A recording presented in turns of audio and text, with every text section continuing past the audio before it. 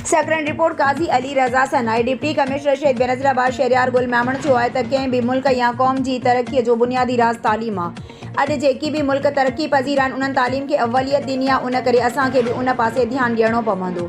हू सकरन लॻोट शेर मोहम्मद मक्सी में tent school जी इफ़्तिताह वक़्तु ॻाल्हाए रहियो हुयो। हिन चयो त गुज़िरियल बरसातियुनि सबबि केतिरा ई स्कूल मुतासिर थिया, जिन जे करे पढ़ाई मुतासिर थी रही हुई।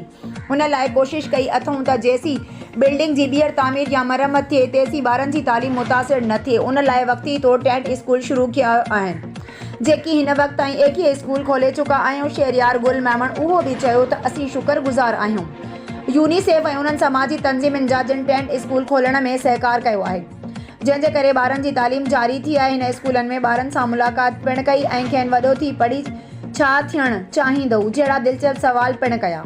उन मौक़े ते तालीम खाते जो ज़िले ऑफिसर मसूद अहमद सहतो, तालका ऑफिसर सैयद कुर्बान अली शाह, डायरेक्टर RUF मारूफ भट्टी, ज़ुबैर अहमद मला ऐं कादरी धणी बख्श मला पिणु मौजूदु हुआ।